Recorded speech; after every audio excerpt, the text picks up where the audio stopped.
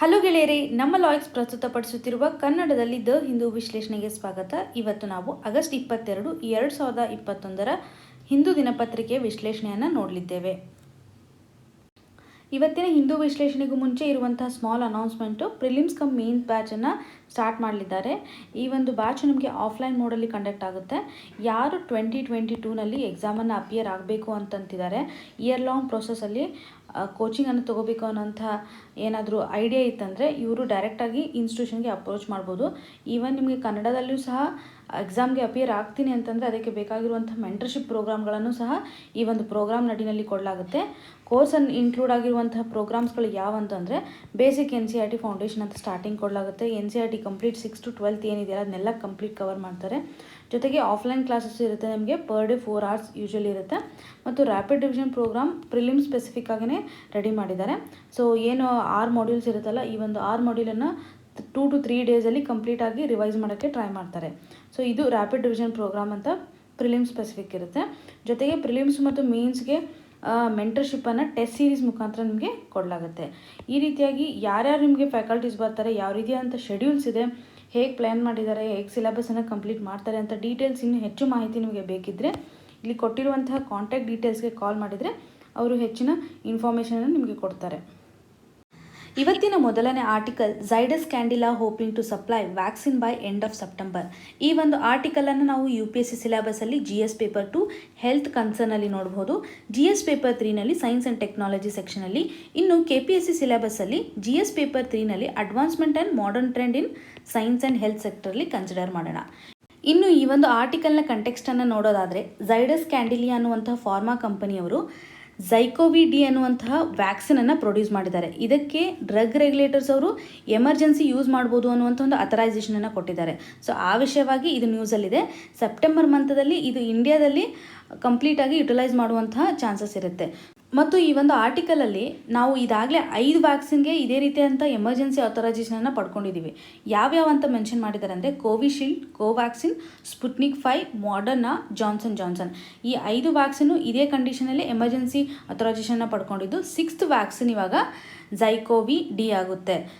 So ಇನ್ನೊಂದು information, ಈ ಒಂದು ವ್ಯಾಕ್ಸಿನ್ನು ಇಂಡಿಜಿನಿಯಸ್ಲಿ ಡೆವಲಪ್ ಆಗಿರೋದು. ಝೈಡಸ್ ಕ್ಯಾಂಡಿಲಿಯಾ ಅನ್ನೋದು ಇಂಡಿಯನ್ ಬೇಸ್ಡ್ ಫಾರ್ಮಾ ಕಂಪನಿ ಆಗಿದೆ.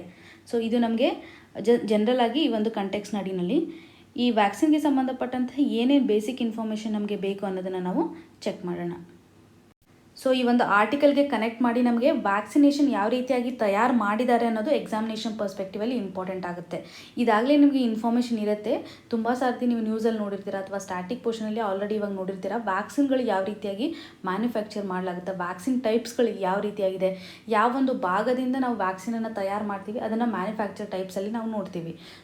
ಉದಾಹರಣೆಗೆ ನೀವು ಕೋವ್ಯಾಕ್ಸಿನನ್ನು ನೋಡಿದ್ರಿ. ಈ ಒಂದು ಕೋವ್ಯಾಕ್ಸಿನಲ್ಲಿ ಏನು ಮಾಡಿರ್ತಾರೆ, ಕಂಪ್ಲೀಟಾಗಿ ಇವಾಗ ಇನ್ಫೆಕ್ಷನ್ ಮಾಡುವಂಥ ಒಂದು ವೈರಸ್ ಏನಿರುತ್ತಲ್ಲ ಅದನ್ನು ಕಂಪ್ಲೀಟಾಗಿ ವೀಕ್ ಮಾಡಿರುವಂಥ ಸಿಚುವೇಷನನ್ನು ನಾವು ಕೋವ್ಯಾಕ್ಸಿನಲ್ಲಿ ನೋಡಿದ್ವಿ. ನೆಕ್ಸ್ಟ್ ಕೋವಿಶೀಲ್ಡಲ್ಲಿ ನೋಡಿದಾಗ mRNA ತೊಗೊಂಡು ಮಾಡಿರ್ತಾರೆ. ಸೊ ಆ ಒಂದು ಪ್ರೋಟೀನ್, ಇನ್ಫೆಕ್ಷನ್ ಮಾಡುವಂಥ ಪ್ರೋಟೀನ್ ಏನಿರುತ್ತಲ್ಲ, ಸರ್ಫೇಸ್ ಇರುತ್ತಲ್ಲ ಆ ಒಂದು ವೈರಸ್ನ, ಅದರಲ್ಲಿರುವಂಥ ಒಂದು ಪಾರ್ಟನ್ನು ತೊಗೊಂಡು ನಾವು ಕೋವಿಶೀಲ್ಡ್ ಮಾಡಿರೋದನ್ನು ನೋಡಿದ್ವಿ. ಸೊ ನಾವು ಇವಾಗ ನೋಡಬೇಕಾಗಿರೋದು ಹೊಸದಾಗಿ ಇವಾಗ ಏನು ಅನೌನ್ಸ್ ಮಾಡಿದಾರಲ್ಲ ಝೈಕೋವಿ-ಡಿ ಅನ್ನುವಂಥ ವ್ಯಾಕ್ಸಿನ್ನು. ಈ ಒಂದು ವ್ಯಾಕ್ಸಿನ್ ಯಾವ ರೀತಿಯಾಗಿ ಮ್ಯಾನುಫ್ಯಾಕ್ಚರ್ ಮಾಡಲಾಗುತ್ತೆ, ಆ ಕೋವ್ಯಾಕ್ಸಿನು ಮತ್ತು ಕೋವಿಶೀಲ್ಡ್ಗಿನೂ ಇದು ಏನು ಡಿಫ್ರೆನ್ಸ್ ಇದೆ ಅಂತ ನೋಡಿದಾಗ, ಈ ಝೈಕೋವಿ-ಡಿ ಅನ್ನುವಂಥ ವ್ಯಾಕ್ಸಿನನ್ನು ನಾವು ಪ್ಲಾಸ್ಮಿಡ್ ವ್ಯಾಕ್ಸಿನ್ ಅಂತ ಕರಿತೀವಿ. ಪ್ಲಾಸ್ಮಿಡ್ ವ್ಯಾಕ್ಸಿನ್ ಅಂತಂದರೆ ಏನು, ಯಾವ ರೀತಿಯಾಗಿ ಮ್ಯಾನುಫ್ಯಾಕ್ಚರ್ ಆಗುತ್ತೆ ಅನ್ನೋದು ನಮಗೆ ಎಕ್ಸಾಮಿನೇಷನ್ ಪರ್ಸ್ಪೆಕ್ಟಿವಲ್ಲಿ ಇಂಪಾರ್ಟೆಂಟು. ಪ್ಲಾಸ್ಮಿಡ್ ವ್ಯಾಕ್ಸಿನ್ ಬಗ್ಗೆ ತಿಳ್ಕೊಳೋಕ್ಕಿಂತ ಮುಂಚೆ ಪ್ಲಾಸ್ಮಿಡ್ ಅಂದರೆ ಏನು ಅಂತ ನಮ್ಗೆ ಗೊತ್ತಿರಬೇಕು. ಆವಾಗ ನಮಗೆ ಈಸಿಯಾಗಿ ಮ್ಯಾನುಫ್ಯಾಕ್ಚರ್ ಹೆಂಗಾಗುತ್ತೆ ಅಂತ ಗೊತ್ತಾಗ್ಬಿಡುತ್ತೆ ಈಸಿಯಾಗಿ. ಸೊ ಪ್ಲಾಸ್ಮಿಡ್ ಅಂದರೆ ಏನು ಅಂತ ನಾವು ತಿಳ್ಕೊಳ್ಳೋಕ್ಕೆ ಅರ್ಥ ಮಾಡ್ಕೊಳ್ಳೋಣ. ಇವಾಗ ಎಕ್ಸಾಂಪಲ್ ಬ್ಯಾಕ್ಟೀರಿಯಾ ಸೆಲ್ ಅಂತ ಕನ್ಸಿಡರ್ ಮಾಡಿ. ಈ ಒಂದು ಬ್ಯಾಕ್ಟೀರಿಯಾ ಸೆಲ್ಲಲ್ಲಿ ನಾವು ಜೆನೆಟಿಕ್ ಮಟೀರಿಯಲನ್ನು ಏನು ನೋಡ್ತಾ ಇದ್ದೀವಲ್ಲ ಇದನ್ನು DNA ಅಂತ ಕರಿತೀವಿ. ಓಕೆ, ಈ ಒಂದು ಜೆನೆಟಿಕ್ ಮಟೀರಿಯಲ್ಲು ಬ್ಯಾಕ್ಟೀರಿಯಾನಲ್ಲಿ ಯೂಶ್ವಲಿ ನಾವು ನ್ಯೂಕ್ಲಿಯಸ್ ಒಳಗಡೆ ನೋಡಲ್ಲ, ಆದರೆ ಇದು ಸೆಲ್ಲಲ್ಲಿ ಏನಾಗುತ್ತೆ ಫ್ರೀ ಫ್ಲೋಟ್ ಆಗ್ತಾ ಇರುತ್ತೆ. ಇದನ್ನು ನಾವು ಏನಂತ ಕರಿತೀವಿ, ಪ್ರೋಕ್ಯಾರಿಯೋಟಿಕ್ ಅಂತ ಕರೀಲಾಗುತ್ತೆ. ಬ್ಯಾಕ್ಟೀರಿಯಾ ಎಲ್ಲನೂ ಪ್ರೋಕ್ಯಾರಿಯೋಟಿಕ್ ಅಂತ ಕರೀಲಾಗುತ್ತೆ. ಸೊ ಈ ಒಂದು ಸೆಲ್ಲಲ್ಲಿ ನಾವು ಜೆನೆಟಿಕ್ ಮಟೀರಿಯಲನ್ನೇ ಹೋಲುವಂಥ ಅಥವಾ ಒಂದು ರಿಪ್ಲಿಕಾ ಅಂತ ಕರಿಬೋದು, ಒಂದು ಡುಪ್ಲಿಕೇಶನ್. ಸೊ ನಾವು ಡಬಲ್ ಆ್ಯಕ್ಟಿಂಗ್ ಅಂತ ಕರಿತೀವಲ್ಲ, ಈ ಒಂದು ಏನು ಜೆನೆಟಿಕ್ ಫೀಚರ್ಸ್ ಏನಿರುತ್ತಲ್ಲ ಅದೇ ರೀತಿಯಾಗಿ ಒಂದು ಪ್ಲಾಸ್ಮಿಡ್ ಅನ್ನುವಂಥ ಒಂದು ಸ್ಮಾಲ್ ಆಗಿ ಸರ್ಕ್ಯುಲರ್ ಇರುವಂಥ ಇದು ಡಬಲ್ ಸ್ಟ್ಯಾಂಡರ್ಡಲ್ಲೇ ಇರುತ್ತೆ. ಸೊ ಡಬಲ್ ಸ್ಟ್ಯಾಂಡರ್ಡ್ ಮಾಲಿಕ್ಯೂಲ್ ಅಂತ ಕರೆಯುತ್ತೆ. ಇದು ಯಾವ ರೀತಿಯಾಗಿ DNA ಫಂಕ್ಷನ್ ಆಗಿರುತ್ತಲ್ಲ ಅದೇ ರೀತಿಯಾಗಿ ವರ್ಕ್ ಆಗುತ್ತೆ. ಸೊ ಈ ಒಂದು ಪ್ಲಾಸ್ಮಿಡ್ ಸೆಲ್ಲಿಂದ ಇವಾಗ ಜೆನೆಟಿಕ್ ಮಟೀರಿಯಲ್ ಅಂತ ಹೇಳ್ಬೋದು, ಇದು ಒಂಥರ ಸೆಕೆಂಡ್ ಜೆನೆಟಿಕ್ ಮಟೀರಿಯಲ್ ಅಂತ ಕನ್ಸಿಡರ್ ಮಾಡ್ಬೋದು. ಫಂಕ್ಷನಿಂಗ್ ಬೇಸ್ ಮೇಲೆ ನಾವು ನೋಡಿದಾಗ ಇದನ್ನು ಸೆಕೆಂಡ್ ಜೆನೆಟಿಕ್ ಮಟೀರಿಯಲ್ ಅಂತ ಕನ್ಸಿಡರ್ ಮಾಡಲಾಗುತ್ತೆ. ಒಂದು ಸೆಲ್ಲಿಂದ ನೆಕ್ಸ್ಟ್ ಸೆಲ್ಗೂ ಸಹ ಇದು ಟ್ರಾನ್ಸ್ಫರ್ ಆಗುವಂತಹ ಕೆಪಾಸಿಟಿ ಇರುತ್ತೆ, ಅಂದರೆ ಅಥವಾ ಅದು ಫಂಕ್ಷನಿಂಗ್ ಆ ರೀತಿಯೇ ಇರುತ್ತೆ. ಒಂದು ಸೆಲ್ಲಿಂದ ಇವಾಗ ನೆಕ್ಸ್ಟ್ ರಿಪ್ಲಿಕೇಶನ್ ಯಾವ ರೀತಿ ಆಗ್ತಾ ಹೋಗುತ್ತೆ ಅವಾಗ ಅದೆಲ್ಲ ಈ ಒಂದು ಪ್ಲಾಸ್ಮಿಡು ಸಹ ಟ್ರಾನ್ಸ್ಫರ್ ಆಗ್ತಾ ಹೋಗುತ್ತೆ. ಸೊ ಪ್ಲಾಸ್ಮಿಡ್ ಅಂತಂದರೆ small circular double standard molecule present in prokaryotic and eukaryotic. ನಾವು ಬರೀ ಬ್ಯಾಕ್ಟೀರಿಯಲ್ ಅಷ್ಟೇ ಅಲ್ಲ, ಕೆಲವೊಂದು ಯೂಕ್ಯಾರಿಯೋಟಿಕ್ ಸೆಲ್ಸ್ಗಳಲ್ಲೂ ಸಹ ಈ ಒಂದು ಪ್ಲಾಸ್ಮಿಡನ್ನು ನೋಡ್ತೀವಿ.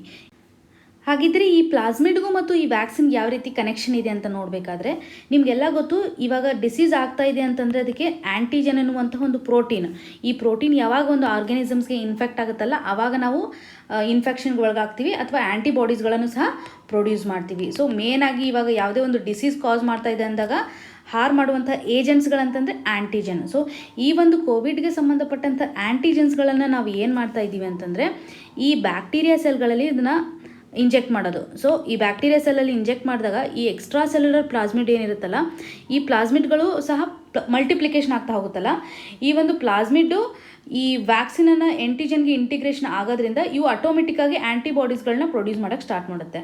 ಈ ರೀತಿಯಾಗಿ ಇವರು ಆ್ಯಂಟಿಬಾಡೀಸ್ಗಳನ್ನು ಪ್ಲಾಸ್ಮಿಡ್ಗಳು ಪ್ರೊಡ್ಯೂಸ್ ಮಾಡ್ತಾ ಹೋಗುತ್ತೆ. ಜೊತೆಗೆ ಇನ್ನೊಂದು ಥಿಂಗ್ ನಮಗೆ ಇಲ್ಲಿ ಕನೆಕ್ಟ್ ಮಾಡಬೇಕಾಗಿರೋದು, ಲೈಫ್ ಸೈಕಲ್ ಏನಿರುತ್ತಲ್ಲ ಬ್ಯಾಕ್ಟೀರಿಯಾದ್ದು ತುಂಬ ಫಾಸ್ಟಾಗಿರುತ್ತೆ. ಸೊ ಆಲ್ಮೋಸ್ಟ್ 20 ಮಿನಿಟ್ಸಲ್ಲಿ ಒಂದು ರೆಪ್ಲಿಕೇಶನನ್ನು ನೋಡ್ಬೋದು, ನಾವು ಫಾಸ್ಟಾಗಿ ಪ್ರೊಡಕ್ಷನ್ ಮಾಡ್ಬೋದು. ಇವಾಗ ವ್ಯಾಕ್ಸಿನ್ ಸ್ಕೇರ್ಸಿಟಿ ಏನಿರುತ್ತಲ್ಲ ಅದನ್ನು ಸಹ ಕಡಿಮೆ ಮಾಡೋದಕ್ಕೋಸ್ಕರ ಈ ಬ್ಯಾಕ್ಟೀರಿಯಾ ಪ್ಲಾಸ್ಮಿಡನ್ನು ನಾವು ಬಳಕೆ ಮಾಡಿಕೊಂಡು ಈ ರೀತಿಯಾಗಿ ವ್ಯಾಕ್ಸಿನನ್ನು ತಯಾರು ಮಾಡಿದಾಗ ಈ ವ್ಯಾಕ್ಸಿನ್ಗಳು ಸಹ ಸೇಮ್ ಎಫೆಕ್ಟಿವ್ನೆಸ್ಸೇ ಇರುತ್ತೆ. ಇವಾಗ ನಾವು ಮೊದಲು ಮಾಡಿರುವಂಥ ವ್ಯಾಕ್ಸಿನ್ ಕಂಪೇರ್ ಮಾಡಿದಾಗ ಇದ್ರ ಸಹ ಎಫಿಷಿಯನ್ಸಿ ಕಡಿಮೆ ಏನಾಗಿಲ್ಲ, ಇದು ಚೆನ್ನಾಗೇ ಇರುತ್ತೆ. ಸೊ ಮಲ್ಟಿಪ್ಲಿಕೇಶನ್ ಫಾಸ್ಟ್ ಆಗೋದ್ರಿಂದ ಈ ಬ್ಯಾಕ್ಟೀರಿಯಾನಲ್ಲಿ ಮಲ್ಟಿಪ್ಲಿಕೇಶನ್ ಎಷ್ಟು ಫಾಸ್ಟ್ ಆಗುತ್ತೆ, ಸೊ ನಾವು ಅಷ್ಟು ವೇಗದಲ್ಲಿ ವ್ಯಾಕ್ಸಿನನ್ನು ಪ್ರೊಡ್ಯೂಸ್ ಮಾಡ್ಕೋಬೋದು. ಸೊ ಹಾಗಾಗಿ ಈ ಒಂದು ವ್ಯಾಕ್ಸಿನಿಂದ ನಮಗೆ ತುಂಬ ಬೆನಿಫಿಟ್ ಇದೆ.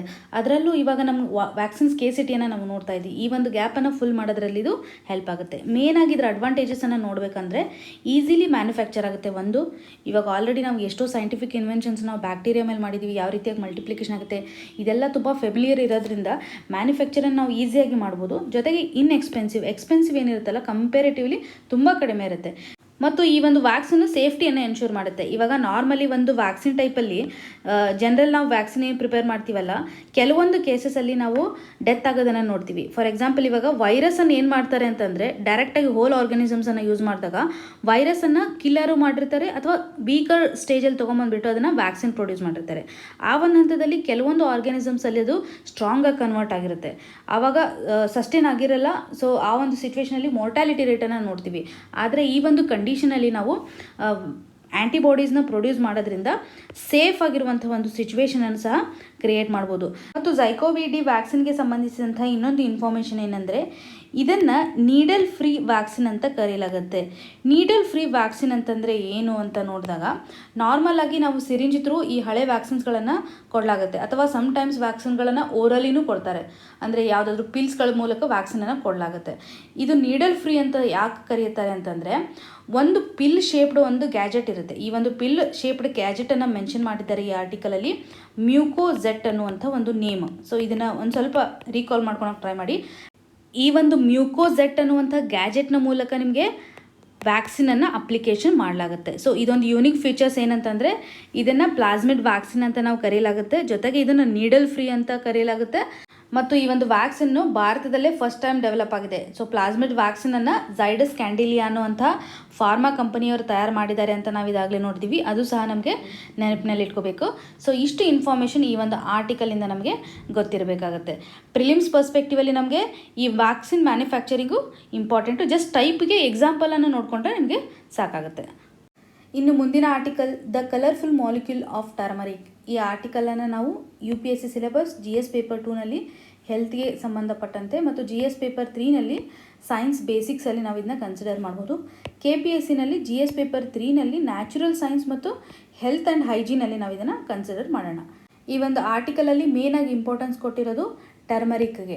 ಇದರಿಂದ ಯಾವ ರೀತಿಯಂಥ ಬೆನಿಫಿಟ್ಸ್ ಇದೆ ಅಂತ ಕೆಲವೊಂದು 2 ಕೆಮಿಕಲ್ಸ್ಗಳನ್ನು ಅದು ಯಾವ ರೀತಿಯಾಗಿ ಫಂಕ್ಷನ್ ಆಗುತ್ತೆ ಅನ್ನೋದನ್ನು ಮೆನ್ಷನ್ ಮಾಡಿದ್ದಾರೆ.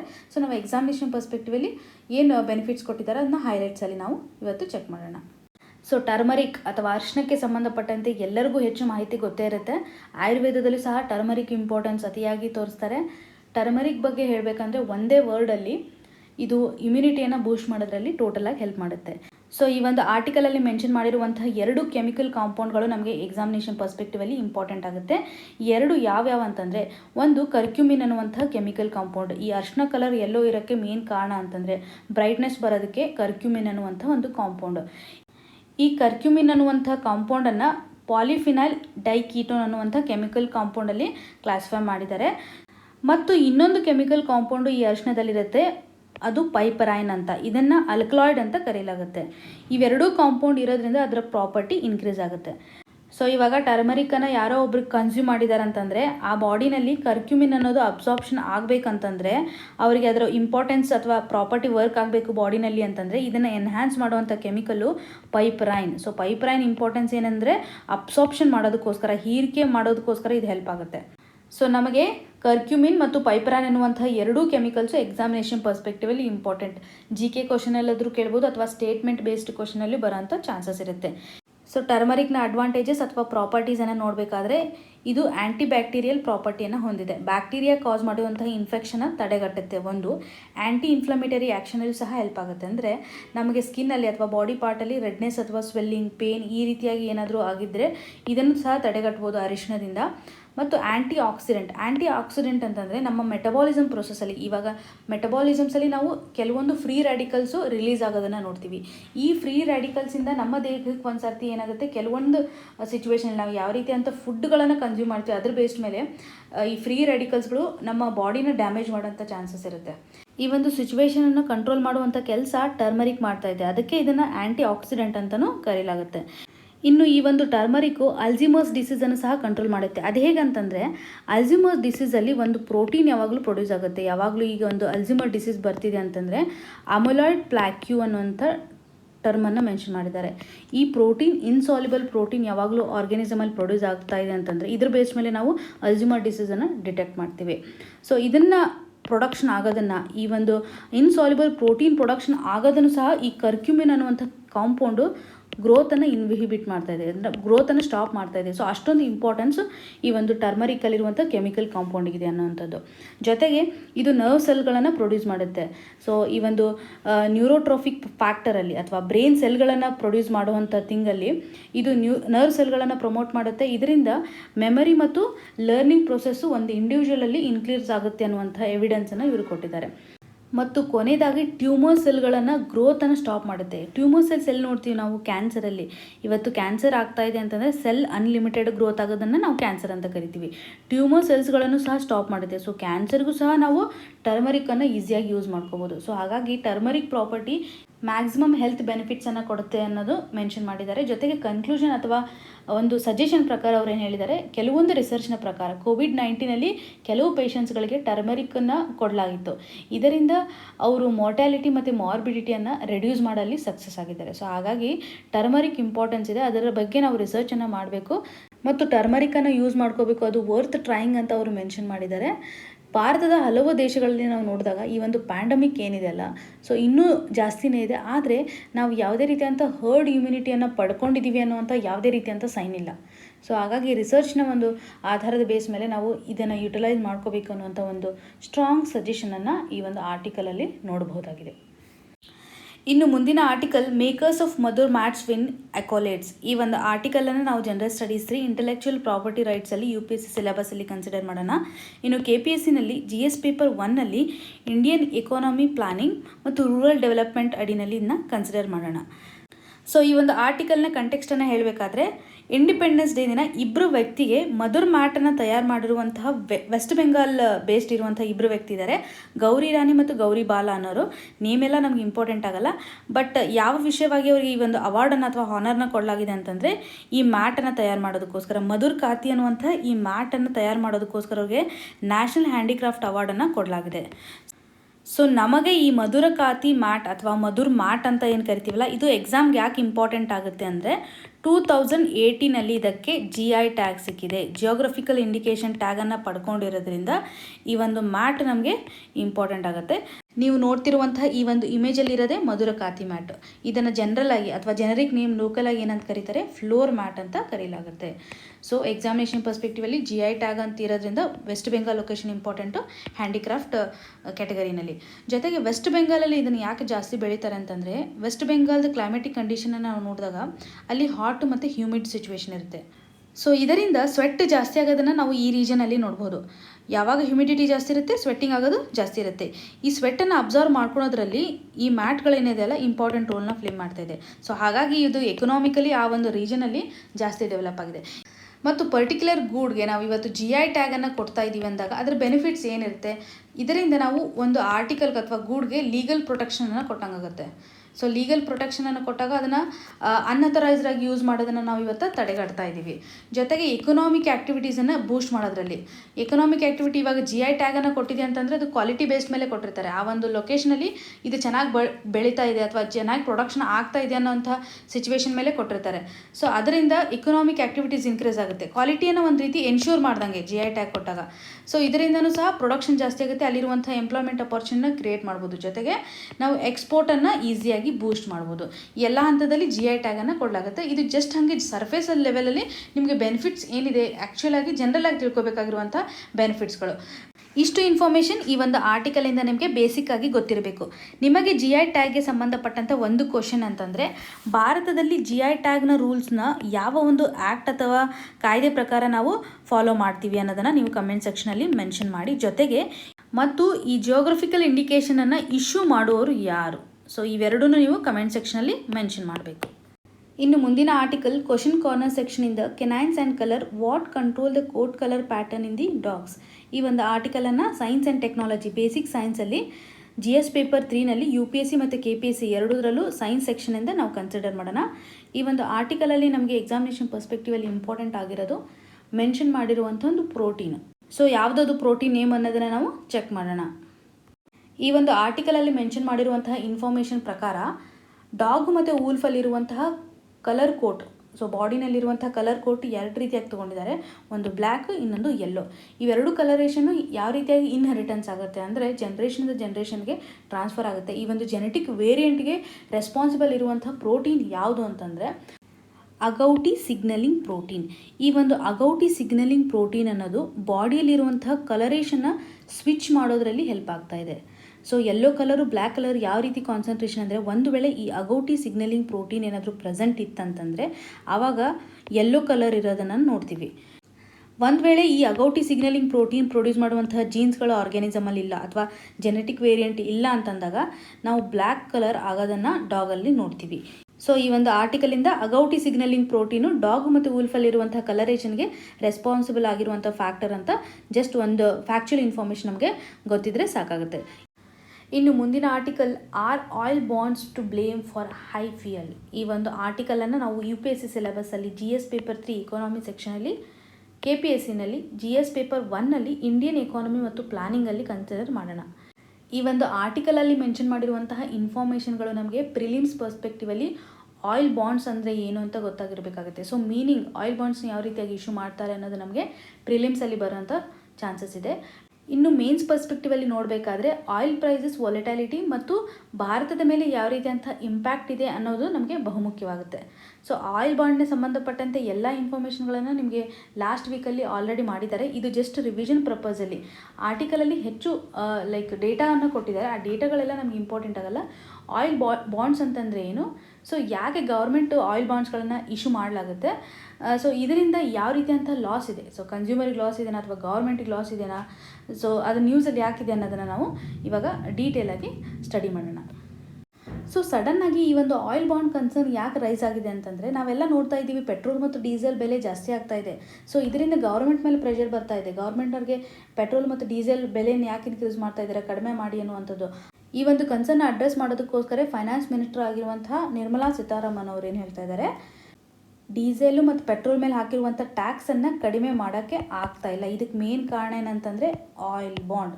ಸೊ ಮೊದಲಿರುವಂತಹ UPA ಗೌರ್ಮೆಂಟ್ ಇಶ್ಯೂ ಮಾಡಿರುವಂತಹ ಆಯಿಲ್ ಬಾಂಡ್ಗಳೇ ಇವತ್ತಿನ ಒಂದು ಪೆಟ್ರೋಲ್ ಮತ್ತು ಡೀಸೆಲ್ ರೈಸ್ ಆಗೋದಕ್ಕೆ ಕಾರಣ ಅನ್ನುವಂಥ ಜಸ್ಟಿಫಿಕೇಷನನ್ನು ಅವ್ರು ಕೊಡ್ತಾ ಇದ್ದಾರೆ. ಹಾಗಿದ್ರೆ ಆಯಿಲ್ ಬಾಂಡ್ ಅಂದರೆ ಏನು? ಆಯಿಲ್ ಬಾಂಡ್ ಅಂದರೆ ಗೌರ್ಮೆಂಟ್ ಇಶ್ಯೂ ಮಾಡಿರುವಂಥ ಒಂದು ಸ್ಪೆಷಲ್ ಸೆಕ್ಯೂರಿಟಿ ಅಂತ ಅನ್ನಲಾಗುತ್ತೆ. ಗೌರ್ಮೆಂಟು ತುಂಬ ಬಾಂಡ್ಸ್ಗಳನ್ನು ಇಶ್ಯೂ ಮಾಡ್ತಾರಲ್ಲ, ಅದೇ ರೀತಿಯಾಗಿ ಸೊ ಆಯಿಲ್ ಬಾಂಡ್ಗಳನ್ನು ಆಯಿಲ್ ಕಂಪನೀಸ್ಗಳಿಗೆ ಕೊಡಲಾಗುತ್ತೆ. ಸೊ ಈ ಆಯಿಲ್ ಕಂಪನೀಸ್ಗಳಿಗೂ ಮತ್ತು ಗೌರ್ಮೆಂಟ್ ನಡುವೆ ಏನು ಒಂದು ಅಗ್ರಿಮೆಂಟ್ ಇರುತ್ತಲ್ಲ, ಇದು ಆಯಿಲ್ ಬಾಂಡ್ನ ಮುಖಾಂತರ ನಡೆಯುತ್ತೆ. ಇಲ್ಲಿ ಮೇನಾಗಿ ಗೊತ್ತಾಗಬೇಕಾಗಿರೋದು, ನಾವು ಇವಾಗ ಪೆಟ್ರೋಲ್ ಮತ್ತು ಡೀಸೆಲನ್ನು ಕಡಿಮೆ ಮಾಡಬೇಕು ಅಥವಾ ಆ ವರ್ಷದಲ್ಲಿ ಅದರ ಪ್ರೈಸನ್ನು ಕಡಿಮೆ ಮಾಡಬೇಕಂದ್ರೆ ನಾವು ಸಬ್ಸಿಡೈಸ್ ರೇಟಲ್ಲಿ ಕೊಡ್ತೀವಿ. ಈ ಒಂದು ಬಾಂಡನ್ನು ಇಶ್ಯೂ ಮಾಡಿರೋದು ಮನಮೋಹನ್ ಸಿಂಗ್ ಅವರು ಪ್ರೈಮ್ ಮಿನಿಸ್ಟರ್ ಇದ್ದಾಗ. ಇವಾಗ ಅದ್ರದ್ದು ಏನೇ ಬಾಂಡಿಂದ ಏನಿದೆಯಲ್ಲ, ಬಾಂಡ್ ಮೆಚುರಿಟಿ ಪೀರಿಯಡ್ ಇವಾಗ ಬಂದಿದೆ. ಸೊ ಮೋದಿಯವರ ಸೆಕೆಂಡ್ ಟರ್ಮಲ್ಲಿ 2.0 ಗೌರ್ಮೆಂಟಲ್ಲಿ ಇದನ್ನು ರೀಪೇಮೆಂಟ್ ಮಾಡ್ತಾ ಇದ್ದಾರೆ ಅನ್ನುವಂಥ ಒಂದು ಕನ್ಸರ್ನಿಂದ ಈ ಒಂದು ಆರ್ಟಿಕಲ್ ಇದೆ. ಸೊ ಒಟ್ಟಾರೆಯಾಗಿ ಆಯಿಲ್ ಬಾಂಡ್ ಅಂದರೆ ಗೌರ್ಮೆಂಟ್ ಸೆಕ್ಯೂರಿಟಿ ಅಂತ ಕರೆಯಲಾಗುತ್ತೆ. ಇದನ್ನು ಆಯಿಲ್ ಕಂಪನೀಸ್ ಅವ್ರಿಗೆ ಇಶ್ಯೂ ಮಾಡಲಾಗುತ್ತೆ. ಈ ಒಂದು ಮೆಚುರಿಟಿ ಪೀರಿಯಡನ್ನು 15 to 20 ಇಯರ್ಸನ್ನು ಕೊಟ್ಟಿದ್ರು. ಸೊ ಈ ಒಂದು 15-20 ಇಯರ್ಸ್ ಆದಮೇಲೆ ನಾವು ಎಲ್ಲ ರೀಪೇಮೆಂಟ್ಗಳನ್ನು ಅವ್ರು ಕೊಡಬೇಕು ಅನ್ನುವಂಥದ್ದು. ಆ್ಯಕ್ಚುಲಾಗಿ ಹೇಳಬೇಕಂದ್ರೆ ಈ ರೀತಿಯಾದಂಥ ಬಾಂಡ್ಗಳನ್ನು ಗೌರ್ಮೆಂಟ್ ಯಾವ ಟೈಮಲ್ಲಿ ಇಶ್ಯೂ ಮಾಡುತ್ತೆ ಅಂದರೆ, ಹಣಕಾಸಿನ ಕೊರತೆ ಅಥವಾ ಫಿಸಿಕಲ್ ಡಿಫಿಸಿಟ್ ಅಂತ ಕರಿತೀವಲ್ಲ, ಸೊ ಈ ಒಂದು ಫಿಸಿಕಲ್ ಡಿಫಿಸಿಟ್ಟು ಭಾರತದಲ್ಲಿ ಜಾಸ್ತಿ ಇದ್ದಾಗ ನಾವು ಈ ರೀತಿಯಾದಂಥ ಬಾಂಡ್ಗಳನ್ನು ಇಶ್ಯೂ ಮಾಡ್ತೀವಿ. ಪರ್ಟಿಕ್ಯುಲರ್ ಫೈನಾನ್ಷಿಯಲ್ ಇಯರಲ್ಲಿ ಸರ್ಕಾರ ಸರಿಯಾದಂಥ ಬ್ಯಾಲೆನ್ಸನ್ನು ತರೋದಕ್ಕೋಸ್ಕರ ಏನು ಮಾಡ್ತಾರೆ, ಈ ರೀತಿಯಂಥ ಸಬ್ಸಿಡೈಸ್ಡ್ ಬಾಂಡ್ಗಳನ್ನು ಇಶ್ಯೂ ಮಾಡ್ತಾರೆ. ಸೊ ಮೆಚುರಿಟಿ ಪೀರಿಯಡ್ ಎಕ್ಸಾಂಪಲ್ ಇವಾಗ 15 to 20 ಏನಿದೆಯಲ್ಲ, ಈ ಒಂದು ಮೆಚುರಿಟಿ ಪೀರಿಯಡ್ ಆದಮೇಲೆ ಅವರು ಎಲ್ಲ ಅಮೌಂಟನ್ನು ರೀಪೇಮೆಂಟ್ ಮಾಡ್ತಾರೆ, ಇಂಟ್ರೆಸ್ಟನ್ನು ಕೊಡ್ತಾರೆ ಅನ್ನುವಂಥ ಪ್ರಾಮಿಸನ್ನು ಮಾಡಿ ಅಥವಾ ಬಾಂಡ್ಗಳನ್ನು ಇಶ್ಯೂ ಮಾಡಿರ್ತಾರೆ. ಇದು ಆಯಿಲ್ ಬಾಂಡು ಇಶ್ಯೂ ಮಾಡಿರೋದು ಆಯಿಲ್ ಕಂಪನಿಗೋಸ್ಕರ. ಇನ್ನು ಈ ಒಂದು ಆರ್ಟಿಕಲಿಂದ ನಾವು ಇನ್ನೊಂದು ಪಾಯಿಂಟನ್ನು ಇಂಪಾರ್ಟೆಂಟಾಗಿ ಅರ್ಥ ಮಾಡ್ಕೋಬೇಕಾಗಿರೋದಂದರೆ, ಯಾವ ಸಿಚುವೇಷನಲ್ಲಿ ಆಯಿಲ್ ಪ್ರೈಸ್ ಅಥವಾ ಪೆಟ್ರೋಲ್ ಮತ್ತು ಡೀಸೆಲ್ ಪ್ರೈಸ್ ಇನ್ಕ್ರೀಸ್ ಆಗುತ್ತೆ ಅಂತಂದರೆ, ಯಾವಾಗ ಫ್ಯಾಕ್ಟರ್ ಕಾಸ್ಟು ಮತ್ತು ಮಾರ್ಕೆಟ್ ಕಾಸ್ಟು ವೇರಿಯೇಷನ್ ಇರುತ್ತೆ. ಸೊ ಹ್ಯೂಜ್ ಗ್ಯಾಪ್ ಇರುತ್ತೆ. ಇವಾಗ ಫ್ಯಾಕ್ಟರ್ ಕಾಸ್ಟಲ್ಲಿ ಇವತ್ತು ಪ್ರೊಡಕ್ಷನ್ ಮಾಡಿರೋದು ಮಾರ್ಕೆಟಿಗೆ ಬಂದಾಗ ಅದ್ರ ಪ್ರೈಸು ತುಂಬ 10x ಅಲ್ಲಿ ಇರ್ಬೋದು. ಸೊ ಯಾಕೆ ಅದು ಆಗುತ್ತೆ ಅಂತಂದಾಗ, ಸೆಂಟ್ರಲ್ ಗೌರ್ಮೆಂಟ್ಗಳು ಮತ್ತು ಸ್ಟೇಟ್ ಗೌರ್ಮೆಂಟ್ಗಳು ಟ್ಯಾಕ್ಸನ್ನು ಲೇವಿ ಮಾಡ್ತಾರೆ. ಟ್ಯಾಕ್ಸ್ ಆ್ಯಡ್ ಆದಮೇಲೆ ಏನು ಬರುತ್ತಲ್ಲ, ಅದನ್ನು ಮಾರ್ಕೆಟ್ ಕಾಸ್ಟ್ ಅಂತ ನಾವು ಕರಿತೀವಿ. ಆಯಿಲ್ಗೆ ಸಂಬಂಧಪಟ್ಟಂತೆ ಗ್ಲೋಬಲಿ ಇರುವಂಥ ಡಿಮ್ಯಾಂಡೇ ಇದರ ಮಾರ್ಕೆಟ್ ಅಥವಾ ಫ್ಯಾಕ್ಟರ್ ಕಾಸ್ಟನ್ನು ಮ್ಯಾಕ್ಸಿಮಮ್ ಆಗಿ ಫಿಕ್ಸ್ ಮಾಡುತ್ತೆ. ಇದರ ಜೊತೆಗೆ ಗೌರ್ಮೆಂಟ್ಗಳು ಟ್ಯಾಕ್ಸ್ಗಳನ್ನು ಹಾಕ್ತಾರೆ.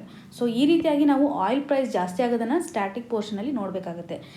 ಸೊ ಈ ಒಂದು ಆರ್ಟಿಕಲಿಂದ ನಮಗೆ ಗೊತ್ತಾಗಬೇಕಾಗಿರುವಂತಹ ಕೋರ್ ಐಡಿಯಾ ಏನಂದರೆ, ಫಿಸಿಕಲ್ ಡಿಫಿಸಿಟನ್ನು ಬ್ಯಾಲೆನ್ಸ್ ಮಾಡೋದಕ್ಕೋಸ್ಕರ ಗೌರ್ಮೆಂಟು ಆಯಿಲ್ ಬಾಂಡನ್ನು ಇಶ್ಯೂ ಮಾಡ್ತಾರೆ. ಸೊ ಮೆಚುರಿಟಿ ಪೀರಿಯಡ್ ಆದಮೇಲೆ ಅದರ ಒಂದು ರೀಪೇಮೆಂಟನ್ನು ಮಾಡಲಾಗುತ್ತೆ. ಸ್ಟ್ಯಾಟಿಕ್ ಪೋರ್ಷನ್ಗೆ ಕನೆಕ್ಟ್ ಮಾಡಿ ನಿಮಗೆ 2 ಕ್ವಶನನ್ನು ರೈಸ್ ಮಾಡೋಕ್ಕೆ ಟ್ರೈ ಮಾಡೋಣ. ಒಂದು, ಫಿಸಿಕಲ್ ಡೆಫಿಸಿಟ್ ಅಂದರೆ ಏನು ಅಂತ ಡೆಫಿನೇಷನ್ ಇಂಪಾರ್ಟೆಂಟ್ ಆಗುತ್ತೆ, ಅದನ್ನು ಸಹ ನೀವು ಕಮೆಂಟ್ ಸೆಕ್ಷನಲ್ಲಿ ಮೆನ್ಷನ್ ಮಾಡಬೇಕು. ಇನ್ನೊಂದು ಕ್ವಶನ್ ಏನಂದರೆ, ಈ ಆಯಿಲ್ ಬಾಂಡ್ಗೆ ಸಂಬಂಧಪಟ್ಟಂಥ ಎಲ್ಲ ಇಂಟ್ರೆಸ್ಟ್ಗಳನ್ನು ಗೌರ್ಮೆಂಟ್ ಪೇ ಮಾಡ್ತಾ ಇದ್ದಾರೆ ಅಂತ ನೋಡಿದ್ವಿ. ಇಂಟ್ರೆಸ್ಟ್ ಪೇಮೆಂಟನ್ನು ಮಾಡ್ತಾ ಇದೆ. ಸೊ ಈ ಇಂಟ್ರೆಸ್ಟನ್ನು ನಾವು ರೀಪೇ ಮಾಡ್ತಿದ್ದೀವಲ್ಲ, ಇದನ್ನು ನಾವು ಕ್ಯಾಪಿಟಲ್ ಡೆಫಿಸಿಟಲ್ಲಿ ಕನ್ಸಿಡರ್ ಮಾಡ್ತೀವಾ ಅಥವಾ ರೆವಿನ್ಯೂ ಡೆಫಿಸಿಟಲ್ಲಿ ಕನ್ಸಿಡರ್ ಆಗುತ್ತಾ ಅನ್ನೋದನ್ನು ನೀವು ಕಮೆಂಟ್ ಸೆಕ್ಷನಲ್ಲಿ ಮೆನ್ಷನ್ ಮಾಡಿ. ತುಂಬ ಟೈಮ್ ನಮ್ಗೆ ಕನ್ಫ್ಯೂಷನ್ ಇರುತ್ತೆ. ಸೊ ನೀವು ಒಂದು ಸರ್ತಿ ಇದನ್ನು ನೋಡಿ, ಇಂಟ್ರೆಸ್ಟ್ ಪೇಮೆಂಟನ್ನು ನಾವು ಯಾವ ಕ್ಯಾಟಗರಿನಲ್ಲಿ ಕನ್ಸಿಡರ್ ಮಾಡ್ತೀವಿ ಅನ್ನೋವಂಥದ್ದನ್ನು ಸಹ ಕಮೆಂಟ್ ಸೆಕ್ಷನಲ್ಲಿ ಮೆನ್ಷನ್ ಮಾಡಿ. ಇನ್ನು question of the day section ಅಡಿನಲ್ಲಿ ಸೈನ್ಸ್ ಬೇಸ್ಡ್ ಮೇಲೆ ಬೇಸಿಕ್ ಕ್ವಶನನ್ನು ಕೇಳಿದ್ದಾರೆ. ಇದು ಪ್ರೀವಿಯಸ್ ಇಯರಲ್ಲಿ ಕೇಳಿರೋದು. ಆ್ಯಂಟಿಜನ್ ಫಂಕ್ಷನ್ ಏನಿದೆ, ಆ್ಯಂಟಿಜನ್ ಆ್ಯಕ್ಚುಲಿ ಯಾವ ರೀತಿ ಅಂತ ರೋಲ್ ಮಾಡುತ್ತೆ ಅನ್ನೋದನ್ನು ನಾವು ಇದಾಗಲೇ ವ್ಯಾಕ್ಸಿನ್ ಡಿಸ್ಕಸ್ ಮಾಡುವಾಗ ಆ್ಯಂಟಿಜನ್ ಫಂಕ್ಷನ್ ಯಾವ ರೀತಿಯಾಗಿರುತ್ತೆ ಅನ್ನೋದನ್ನು ನೋಡಿದ್ದೀವಿ. ಇದಕ್ಕೆ ಕರೆಕ್ಟ್ ಉತ್ತರನ ನೀವು ಕಮೆಂಟ್ ಸೆಕ್ಷನಲ್ಲಿ ಮೆನ್ಷನ್ ಮಾಡಿ. ಇವತ್ತು ಡಿಸ್ಕಸ್ ಮಾಡಿರುವಂತಹ ಆರ್ಟಿಕಲಲ್ಲಿ ನಿಮ್ಗೆ ಏನೇ ಕನ್ಫ್ಯೂಷನ್ ಇದ್ದರೂ ಅಥವಾ ಕನ್ಸರ್ನ್ ಇದ್ದರೂ ಸಹ ನೀವು ಕಮೆಂಟ್ ಸೆಕ್ಷನಲ್ಲಿ ಮೆನ್ಷನ್ ಮಾಡಿ. ನಿಮ್ಮ ಒಂದು ಕ್ವಶನ್ಗೆ ನಾವು ಆನ್ಸರ್ ಮಾಡೋಕ್ಕೆ ಟ್ರೈ ಮಾಡ್ತೀವಿ ಅಂತ ಹೇಳ್ತಾ ಧನ್ಯವಾದಗಳು. All the very best.